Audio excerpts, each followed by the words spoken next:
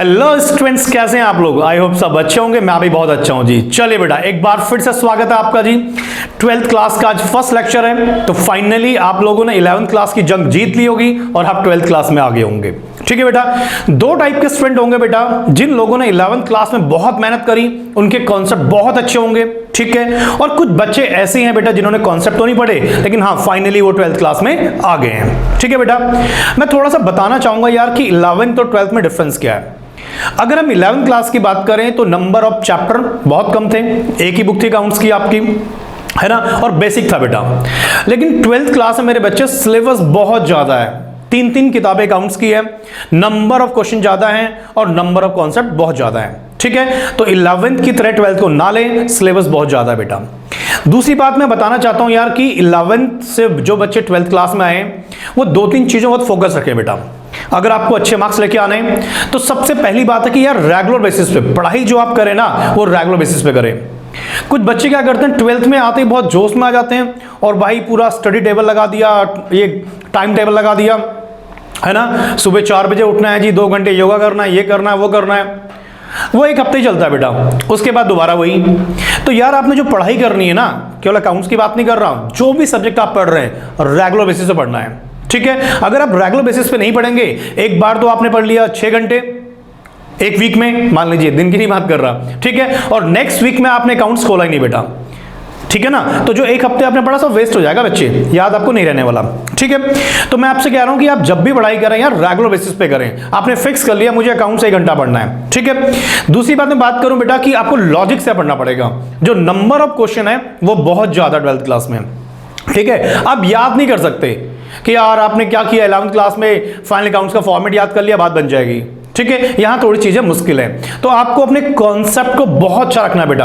अगर concept clear होंगे तो आप नंबर ऑफ क्वेश्चन बना सकते हैं, लेकिन आप चाहेंगे मैं क्वेश्चन से क्या करूं, कॉन्सेप्ट पे काम करूं, तो नहीं बात बन पाएगी। ठीक है, तो इसी बातों के साथ हम लोग स्टार्ट करते हैं। तो आज 12th का पहला लेक्चर है, बिल्कुल बेसिक पढ़ेंगे बेटा, और इससे आपको आइडिया मिल जाएगा कि 12th हम कैसे कैरी करने वाले हैं। ठीक है बेटा, चले स्टार्ट करें। चलो मेरे बच्चों, तो आज हम लोग स्टार्ट कर रहे हैं पार्टनरशिप। आपके पास 3 किताबें हैं, वॉल्यूम फर्स्ट में बात कर रहे हैं पार्टनरशिप, और जिसका फर्स्ट चैप्टर है फंडामेंटल ऑफ पार्टनरशिप। ठीक है सर, पार्टनरशिप का मतलब आपने पढ़ा होगा 11th क्लास में बीएसटी में, और हम बात कर रहे हैं फंडामेंटल ऑफ पार्टनरशिप। तो पहले समझते हैं यार पार्टनरशिप का मतलब क्या होता है। सर हमने पढ़ा था पार्टनरशिप का मतलब यह है कि जब 2 या 2 से अधिक व्यक्ति कोई बिजनेस मिलके करते हैं और उस बिजनेस में जो भी प्रॉफिट होगा उसे आपस में डिस्ट्रीब्यूट कर लेंगे। तो यही सर हमारी पार्टनरशिप थी। ठीक है, बिल्कुल यही है बेटा, लेकिन थोड़ा सा यहां सेक्शन वाइज, एक्ट वाइज थोड़ा तरीके से पढ़ना पड़ेगा। ठीक है, स्टार्ट करें बच्चा। चलिए जी, तो हम पहले बात करते हैं, फर्स्ट टॉपिक में पहले बात करेंगे बेटा मीनिंग ऑफ पार्टनरशिप। पार्टनरशिप का मतलब क्या है। ठीक है, तो पार्टनरशिप का जो मतलब है वो सेक्शन 4 में लिखा गया है, सेक्शन 4 और पार्टनरशिप एक्ट 1932 क्या कहता है वो रीड करते हैं बेटा। ये कहता है मेरे बच्चों कि पार्टनरशिप क्या है। सेक्शन 4 अब किसका, इंडियन पार्टनरशिप एक्ट 1932। ठीक है, the term partnership is a relation किसके बीच में बेटा, बिटवीन 2 और मोर पर्सन। तो कहता है ये रिलेशनशिप बिटवीन किसके बीच में, 2 और मोर पर्सन। तो सर मिनिमम कितने होने चाहिए, 2, और मैक्सिमम कितने होंगे, 50। तो मिनिमम जो पार्टनर होंगे वो 2 होंगे और मैक्सिमम कितने होंगे, 50। तो कहता है रिलेशन बिटवीन 2 और more person who have agreed, जो राजी हुए हैं किस चीज के लिए, to share the profits. Sir loss के लिए भी हुए, बात करेंगे अभी। To share the profit of a business carried on by all. Carried on by all का मतलब क्या होता है, जो पार्टनरशिप में आप बिजनेस स्टार्ट कर रहे हैं उस बिजनेस को सारे पार्टनर भी कैरी कर सकते हैं। हो सकता है कुछ पार्टनर क्या है, स्लीपिंग पार्टनर है, केवल पैसे लगा दिए, उन्हें मतलब नहीं है। तो बिजनेस कैरिड बाय ऑल भी हो सकता है, या any one of them acting for all. 5 partner हैं, 5 में से 3 मान लीजिए बेटा स्लीपिंग पार्टनर है, तो जो 2 पार्टनर है वो उन बाकी रिमेनिंग पार्टनर्स के बिहाफ पे काम करेंगे। तो कहता है कि business carried on by all or any of them acting for all. ठीक है, अब ये मतलब है सिंपल जो मैंने बताया आपको, लेकिन इसको बहुत अच्छे से पढ़ने के लिए पहले हमें इसके एसेंशियल एलिमेंट्स पढ़ने पड़ेंगे। तो जब तक हम इसके एलिमेंट्स नहीं पढ़ेंगे हमें बात अच्छे समझ नहीं आएगी। ठीक है, तो नेक्स्ट पार्ट पे चलते हैं, हम बात करते हैं एसेंशियल एलिमेंट्स क्या क्या है बेटा। ठीक है, 5 इंपॉर्टेंट मुद्दे हैं किसी पार्टनरशिप फर्म को फॉर्म करने के लिए, उसके अंदर 5 चीजें होनी बहुत जरूरी है। ठीक है, तो पहले बात करते हैं बच्चे, जो फर्स्ट पॉइंट हमारा वो आपका है एटलीस्ट 2 पर्सन्स। भाई पार्टनरशिप के लिए मिनिमम कितने होने चाहिए सर? एक तो नहीं हो सकता, मिनिमम 2, ठीक है, और मैक्सिमम कितने होंगे बेटा? 50। इसमें भी कुछ डाउट है, लेकिन आपकी 12th क्लास में कुछ लिखा नहीं है। ठीक है, एक सेक्शन है 464 कंपनीज एक्ट का, उसमें लिखा गया है, तो आपके लिए केवल ये है कि मिनिमम कितने होंगे 2 और मैक्सिमम कितने होंगे आपके 50, तो एटलीस्ट 2 पर्सन होनी चाहिए। ठीक है, अब दूसरा सवाल है, जो 2 पर्सन होने चाहिए, 2 पर्सन की बात कर रहे हैं, उनमें से कुछ लोग ऐसे हैं जो पार्टनरशिप फॉर्म करने के लिए एलिजिबल नहीं होते। सर वो कौन से होते हैं? वो 3 लोग हैं। तो पहले स्टार्ट करते हैं। There must be at least 2 person to form a partnership and all such person must be competent to contract. इसका मतलब सर क्या हुआ? देखो मेरी बात सुनो, पार्टनरशिप का जन्म ही कहां से होता है सर? एग्रीमेंट कॉन्ट्रैक्ट से होता है। लेकिन कोई पर्सन अगर कॉम्पिटेंट टू कॉन्ट्रैक्ट नहीं है, वो कॉन्ट्रैक्ट नहीं कर सकता है, तो क्या वो पार्टनर बन सकता है? नहीं। तो मैंने कहा आपको एटलीस्ट 2 पर्सन होने चाहिए, मिनिमम 2, मैक्सिमम 50। लेकिन जो वो 2 बंदे होने चाहिए या जो 50 है, वो सारे कॉम्पिटेंट टू कॉन्ट्रैक्ट होने चाहिए, वो कॉन्ट्रैक्ट कर सकते हैं, वो होने चाहिए। सर कौन कौन लोग कॉन्ट्रैक्ट कर सकते हैं? वो मत देखो, सारे कर सकते हैं। कौन नहीं कर सकते हैं वो देख लेते हैं हम लोग। तो कहता है according to section 11 of the Indian contract act 1872, every person, हर पर्सन कॉन्ट्रैक्ट कर सकता है एक्सेप्ट द फॉलोइंग। 3 लोग हैं जो कॉन्ट्रैक्ट नहीं कर सकते। पहला है माइनर। सर माइनर कौन होते हैं? Less than 18। भाई लेस देन 18 जो बंदे होते हैं ना, वो कॉम्पिटेंट टू कॉन्ट्रैक्ट नहीं होते, वो कॉन्ट्रैक्ट नहीं कर सकते। लॉ ने उनको बचाव करने के लिए बोला कि भाई इनके द्वारा जो भी कॉन्ट्रैक्ट होंगे ना, वो लीगली बाउंड नहीं करेंगे किसी को। कहीं ना कहीं लॉ उन माइनर बच्चों को बचाने की कोशिश कर रहा है। समझ पा रहे हैं? तो माइनर क्या होगा? माइनर पार्टनर नहीं बन सकता सर, इसका मतलब ये हुआ। लेकिन सर हमने 11th क्लास में पढ़ा कि माइनर तो पार्टनर बन सकता है, इसकी मैं चर्चा भी करूंगा। तो अभी मैं बोल रहा हूं कि कॉम्पिटेंट टू कॉन्ट्रैक्ट कौन नहीं होता? सर माइनर कॉन्ट्रैक्ट नहीं कर सकता। ठीक है, जो लेस देन 18 है। Sir person of unsound mind, sir idiots हैं, पागल हैं। तो क्या सर पागल और इडियट्स होते हैं, ये क्या एग्रीमेंट कॉन्ट्रैक्ट नहीं कर सकता? बिल्कुल नहीं कर सकता यार। तो आप किसी के साथ एग्रीमेंट करो, कॉन्ट्रैक्ट करो, वो थोड़ा सा मेंटली डिस्टर्ब है और आपने कोई लेन देन किया, कल आपने उससे पैसे लेने, वो मुकर गया, आप कोर्ट में चले गए और उसने वहां ये प्रूव कर दिया भाई मैं तो पागल हूं, अनसाउंड माइंड हूं। तो कोर्ट कहेगा भाई आपने इसका कॉन्टेक्ट क्यों कर लिया? ये तो बंदा, ये तो अपनी दिमाग ही नहीं है इसमें। तो इसलिए अनसाउंड माइंड जो होंगे वो कॉन्ट्रैक्ट नहीं कर सकते, तो पार्टनर भी नहीं बन सकते बेटा। अगला है person disqualified by any law. अगर किसी भी बंदे को कोर्ट ने डिस्क्वालिफाइड कर दिया किसी भी लॉ ने, तो उस केस में वो बंदा भी पार्टनर नहीं बन सकता। Example insolvent. कोई बंदा इंसॉल्वेंट हो गया। इंसॉल्वेंट का मतलब होता है कि उसकी एसेट्स कम है, लायबिलिटीज ज्यादा है, देनदारी बहुत ज्यादा है, एसेट्स कम है। तो ऐसे लोग क्या हो जाते हैं? इंसॉल्वेंट हो जाते हैं। तो वो लोग भी कॉन्ट्रैक्ट नहीं कर सकते। ठीक है, तो 3 लोग हैं। पहला है आपका माइनर, दूसरा है अनसाउंड माइंड और तीसरा मेरे बच्चे आपका कौन? Disqualified by any law. ठीक है, तो जिनको डिस्क्वालिफाइड किया लॉ ने बेटा। ठीक है, तो हमने यहां बात कर लिया, पहला पॉइंट एटलीस्ट 2 पर्सन होनी चाहिए। चलो इसमें भी कुछ केसेस हैं। हमारा सवाल वहीं रह गया कि सर हमने 11th क्लास में पढ़ा था कि माइनर पार्टनर बन सकता है। 3 एग्जाम्पल कर रहा हूं, बहुत ध्यान सुनना। एक बंदा X 18 साल का है, एक बंदा Y 17 साल का है। दोनों एक पार्टनरशिप फर्म को फॉर्म करना चाहते हैं। क्या वो ऐसा कर सकते हैं? नहीं कर सकते?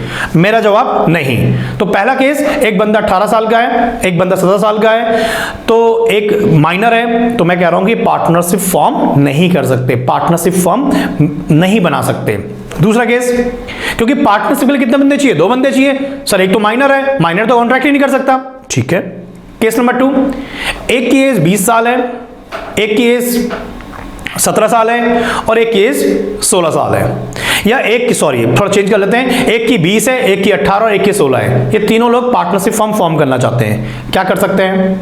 अगेन नो, नहीं कर सकते, क्योंकि जो तीसरा बंदा है ना मेरे भाई, वो माइनर है, वो एग्रीमेंट या कॉन्ट्रैक्ट नहीं कर सकता है। ठीक है सर। तीसरा केस, XY 2 पार्टनर हैं, इनकी पार्टनरशिप फर्म पहले से चल रही है। ठीक है, ये दोनों एक पार्टनरशिप हम चला रहे हैं। एक तीसरा बंदा ज्वाइन करता है जिसकी उम्र 16 साल है, क्या वो पार्टनर बन सकता है? यस, वो पार्टनर बन सकता है। अरे सर, पहले 2 केस में तो आपने मना किया।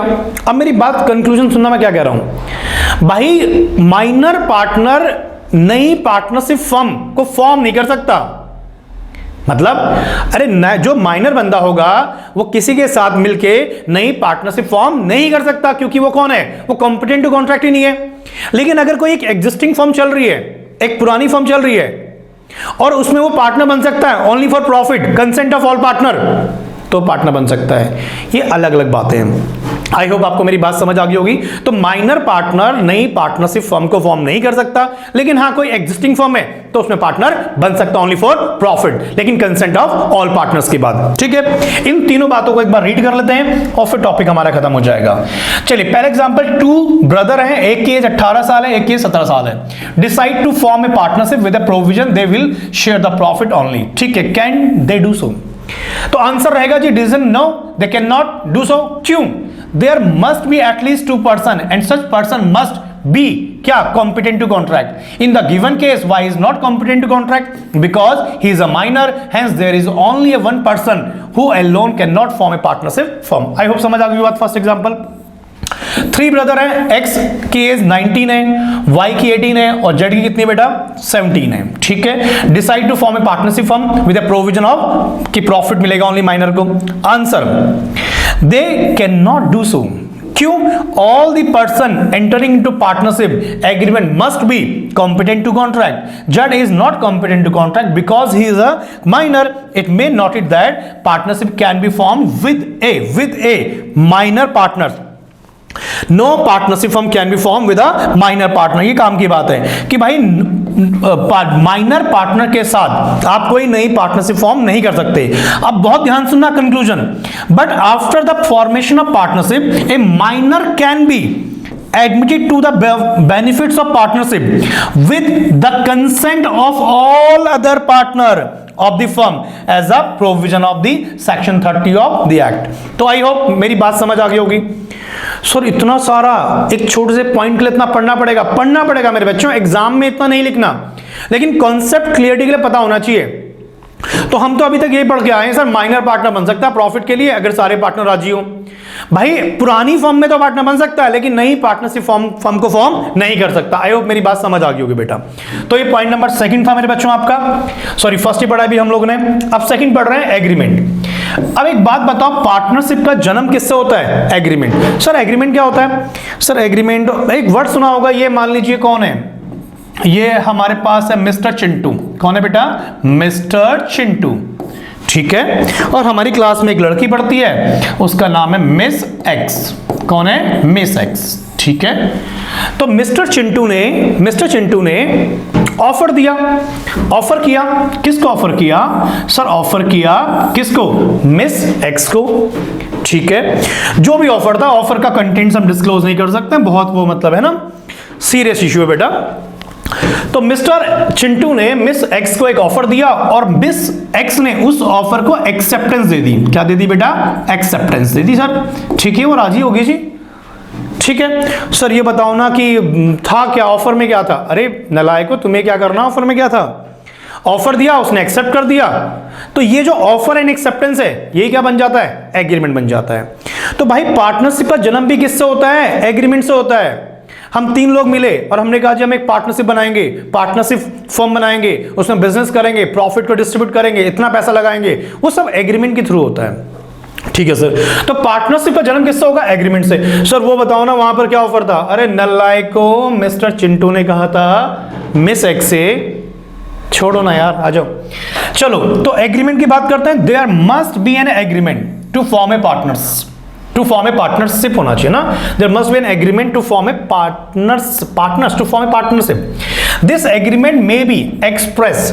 सर एक्सप्रेस क्या होता है? तो चिंटू जी ने जब इनको ऑफर दिया तो कैसे दिया? एक्सप्रेस का मतलब होता है या तो ओरल दिया, बोल दिया हाँ कि मैं मिस एक्स, मुझे आप ना बहुत मतलब समझ रहे हो ना। तो उसने, ये ऑफर कैसा था? सर ये ऑफर ओरल था।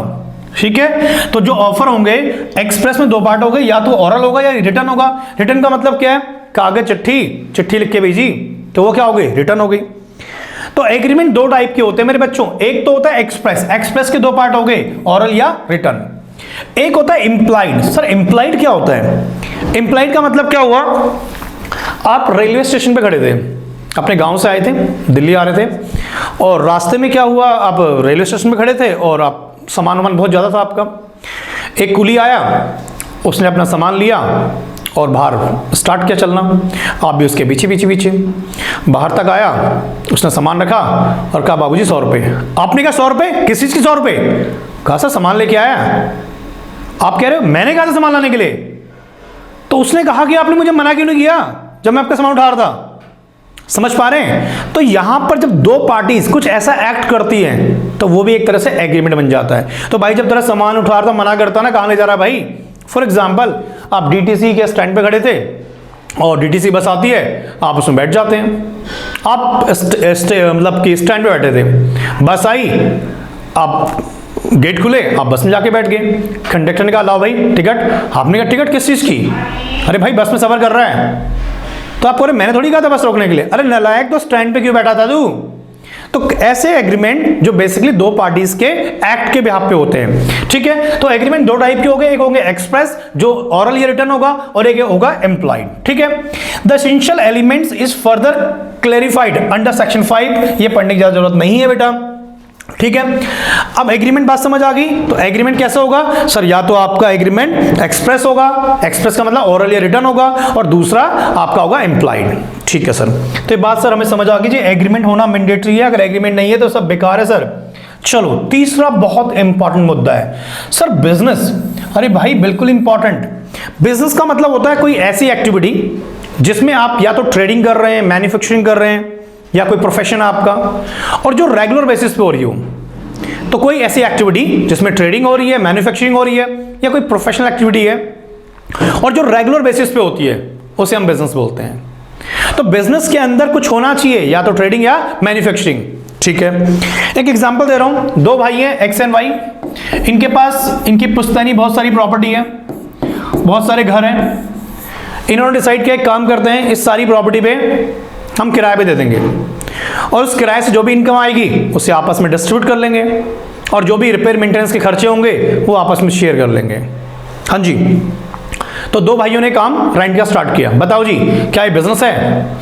क्या इसमें कोई एक्टिविटी है, कोई मैन्युफैक्चरिंग हो रहा है, कोई ट्रेडिंग हो रही है? नहीं सर, ये कोई बिजनेस हो रही है।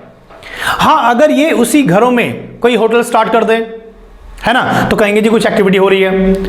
तो हर बिजनेस होना मैंडेटरी है, और बिजनेस कैसा होना चाहिए? लीगल होना चाहिए बेटा। ठीक है, चलो तो अगला पॉइंट कह रहा है there must be exist a business according to section कौन सा? 2B नहीं पढ़ना। Business includes every trade, occupation and the profession. For example an association of credit for the charitable, religious और social purpose cannot be regarded as a partnership because there does not exist any business।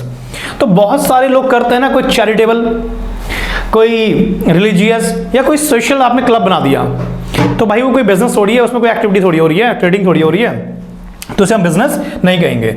तो business का होना mandatory है। अगर business नहीं है तो भाई वो जो मेन इंपॉर्टेंट एलिमेंट्स है वो मिसिंग है, तो पार्टनरशिप किस चीज के लिए करोगे आप? ठीक है बेटा, चलिए फोर्थ पॉइंट देखते हैं बेटा। अगला कहता है बहुत इंपॉर्टेंट मुद्दा है, अगर मैं इसको प्लेन नॉर्मल अगर रीडिंग करूं, शेयरिंग ऑफ प्रॉफिट। ठीक है सर, बिजनेस में जो भी प्रॉफिट होगा आपस में बांट लेंगे। सर अगर हमने एग्रीमेंट किया होगा तो एग्रीमेंट में लिखा होगा कि प्रॉफिट कैसे डिस्ट्रीब्यूट होगा, लेकिन अगर एग्रीमेंट नहीं किया है तो कोई नहीं, उसकी एब्सेंस में इक्वली बांट लेते हैं, इतना ही है। प्रॉफिट, शेयरिंग ऑफ प्रॉफिट कैसे करना है? दो चीजें हैं, अगर हमने एग्रीमेंट किया होगा तो एग्रीमेंट में लिखा होगा ना भाई, एग्रीमेंट में लिखा होगा कि प्रॉफिट कैसे बांटना है, 3-2 में बांटना है, 2-1 में बांटना है, अगर दो ही पार्टनर है। और अगर नहीं लिखा तो आगे हम पढ़ेंगे प्रॉफिट को इक्वली डिस्ट्रीब्यूट कर लेते हैं, ये एक्ट में लिखा हुआ है। तो अगर हम नॉर्मल रीडिंग करें तो ये दो बातें हैं, लेकिन अगर लॉजिक की बात करें ना, जो मजा है कि शेयरिंग ऑफ प्रॉफिट का मतलब क्या हुआ, ये दो बातें तो हैं कि प्रॉफिट अकॉर्डिंग टू एग्रीमेंट बढ़ता है, लेकिन अगर एग्रीमेंट नहीं है तो इक्वली बढ़ता है। अब सवाल यह है कि किसी भी बिजनेस के लिए प्रॉफिट अगर किसी को शेयर मिल रहा है प्रॉफिट में तो कोई जरूरी है वो पार्टनर है? हाँ जी, अगर किसी बंदे को प्रॉफिट मिल रहा है तो क्या जरूरी है वो भी क्या है? पार्टनर है? ऐसा जरूरी नहीं होता है। आपने 11th क्लास में देखा होगा, किसी मैनेजर को हमने क्या किया, प्रॉफिट में कोई शेयर दे दिया, तो क्या वो भी हमारा पार्टनर बन गया? नहीं। तो इसका मतलब सर बोलना क्या चाह रहे हो भाई? प्राइमा फेसी लगता है ना, एट फर्स्ट साइट हमें देखने से लगता है कि बिजनेस को चलाने के लिए क्या, बिजनेस के लिए प्रॉफिट क्या है? प्रॉफिट जरूरी है। ऐसा जरूरी नहीं कि प्रॉफिट होगा तभी ये पार्टनरशिप बिजनेस है बेटा, समझ पा रहे हैं? तो प्राइमा फेसिया ऐसा लगता है एट फर्स्ट साइट। देखा होगा आपने क्राइम पेट्रोल सीआईडी जब किसी केस को इन्वेस्टिगेट करती है तो देखा कोई बॉडी लटकी पड़ी है जहां पे वो गए और उन्होंने कहा हाँ यार प्राइम फेसिया देख के लगता है कि भाई इसने सुसाइड किया है। लेकिन क्या जरूरी है उसने सुसाइड किया होगा? नहीं। उसको जब आगे इन्वेस्टिगेट करेगी तो हो सकता है किसी ने मार के लटका दिया हो बेटा। ठीक है, इस चीज को पहले पढ़ते हैं, मैं समझाता हूं मैं आपको क्या कहना चाहता हूं मैं। ठीक है, अगर आपको यहां तक बात समझ आ गई तो बात खत्म होगी, लेकिन थोड़ा सा लॉजिक पढ़ने के लिए समझा रहा हूं। There must be sharing of profits होना चाहिए। ठीक है, there must be sharing of profits होगा जी। ठीक है जी। An agreement to share profit does not necessarily mean an agreement to share और लॉसेज। एक पहला पॉइंट तो यही है कि भाई शेयरिंग ऑफ प्रॉफिट का मतलब ये नहीं हुआ कि लॉस भी शेयर करेगा। सर मतलब हाँ भाई, माइनर को पार्टनर बना लिया तो क्या माइनर पार्टनर लॉस बियर करेगा? नहीं। तो केवल शेयरिंग ऑफ प्रॉफिट को हम, sharing of profit necessary important नहीं है। कुछ पार्टनर ऐसे होते हैं जो केवल ओनली फॉर प्रॉफिट्स के लिए होते हैं, लॉस बियर नहीं करते हैं। तो पहला पॉइंट कह रहा है sharing an agreement to share profit does not necessarily mean an agreement to share losses. ठीक है, for example in case of partner in profit only, कुछ पार्टनर होते हैं जो कहते हैं हम लॉस बियर नहीं करेंगे जी, प्रॉफिट बियर करेंगे only. And minor there is only an agreement to share profits. Thus, sharing of losses is not an essential element of partnerships. It may also be noted that, बहुत ध्यान सुनना, sharing of profit is a prima facie evidence. At first sight, first look में देख के लगता है कि यार पार्टनरशिप के लिए ना प्रॉफिट, शेयरिंग ऑफ प्रॉफिट क्या है, ये मेन पॉइंट है। लेकिन ऐसा जरूर नहीं है। नॉट ए कंक्लूसिव मतलब एक वर्ड है प्राइमा फेसी है ना, और एक है कंक्लूसिव। तो केवल प्रॉफिट डिस्ट्रीब्यूशन करना ही हम लोग ये नहीं कह सकते पार्टनरशिप बिजनेस है।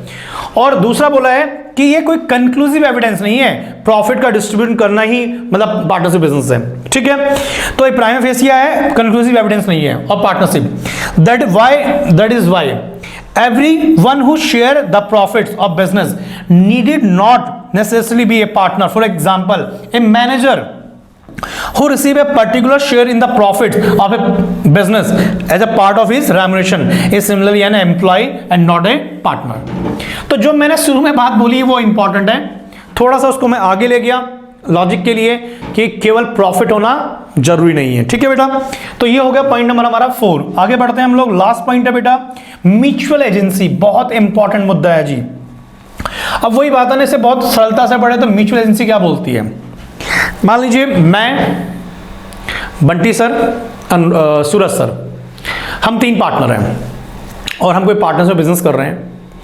तो मैं ये कहना चाह रहा हूं कि अगर मैं, तीनों पार्टनर, मैं कोई एग्रीमेंट कर लेता हूं मार्केट में अपने बिजनेस से रिलेशन में, ठीक है, तो मैंने कोई एग्रीमेंट कर लिया, तो मेरे द्वारा जो एग्रीमेंट किया गया उसके बाद जो अदर पार्टनर है वो भी उस एग्रीमेंट को मानना पड़ेगा, वो बंदे भी उसके लिए लायबल होंगे। सर मतलब म्यूचुअल एजेंसी का मतलब होता है प्रिंसिपल और एजेंट, सुना होगा आप लोगों ने। तो अगर मैंने मान लीजिए कोई एजेंट हायर कर लिया और मैं प्रिंसिपल मालिक हूं, एजेंट मेरा बेसिकली नौकर है, ऐसे बोल सकते हैं।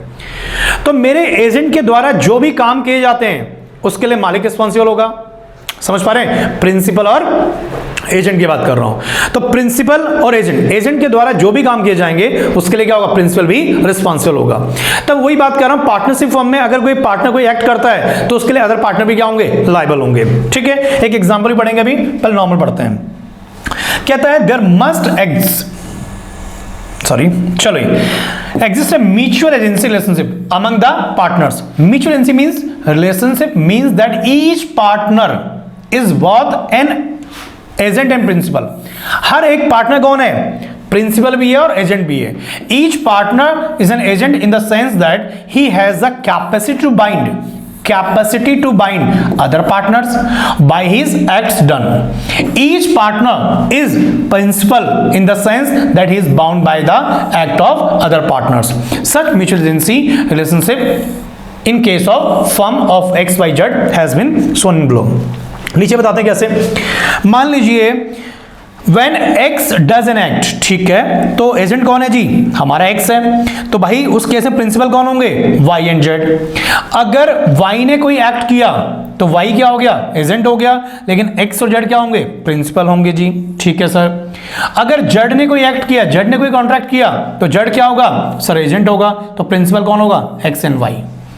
तो अगर एजेंट के द्वारा कोई काम किया जाता है तो उसके लिए प्रिंसिपल भी रिस्पॉन्सिबल होते हैं, लायबल होते हैं, ठीक है।